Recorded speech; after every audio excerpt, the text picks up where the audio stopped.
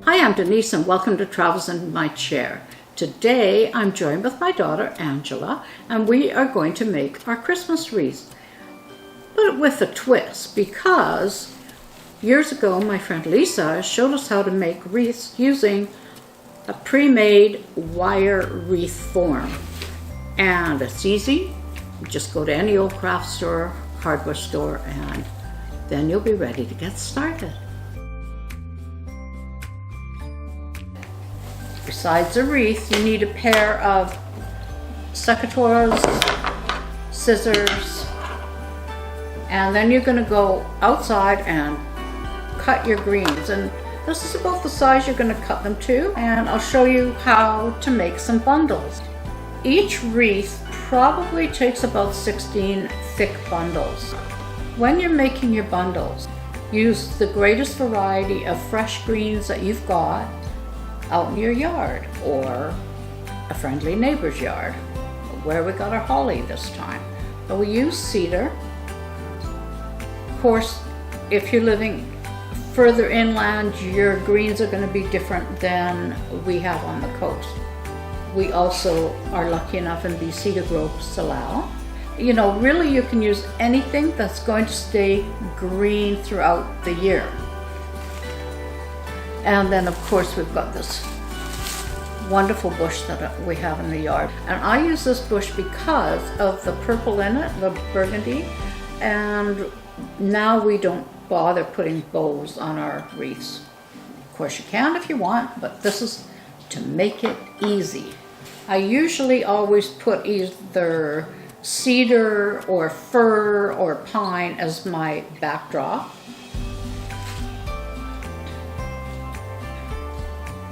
And remember, each little bouquet is like a little bouquet. You can always trim the ends later. Well, the next thing you're going to do is you're going to take some twine or wire. Now it's going to depend what you like to use. I like using a green thin twine, and I wrap it around twice, and then I tie it as tight as I can. Cut off the excess string. Pretty easy, eh? And that's a bundle. So you'll find as you're working, your piles are going to start accumulating pretty quickly, and hopefully you'll get right into that Christmas spirit.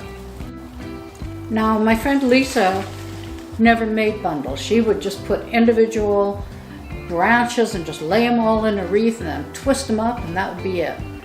When you first get your phony wreath, you fluff out all the branches so that they will accept your bundle. And then you put your bundle in and you twist. And also when you're putting them in, kind of lay so they go in the same direction, but laying this way, that way, this way, that way, so it fills in really well.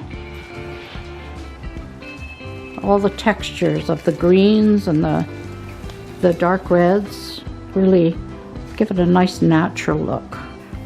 Maybe we can watch Angela put one in. So she has her bundle and she's got her wreath. And then she's going to take the wire branches of the wreath and twist them. Yeah. Angela's wreath. Beautiful. Merry Christmas. This is a pot that held summer flowers.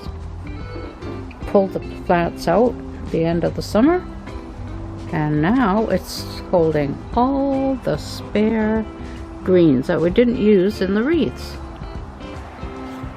This is the wreath that is going to go to Edmonton today.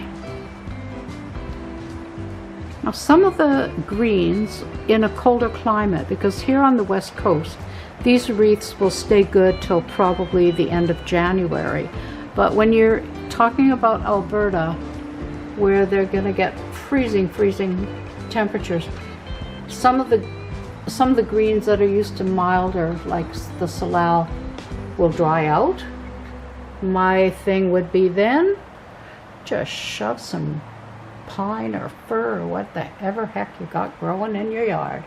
Thank you for joining me today. I hope you enjoyed making your wreath. Remember, stress-free Christmas this year, guys.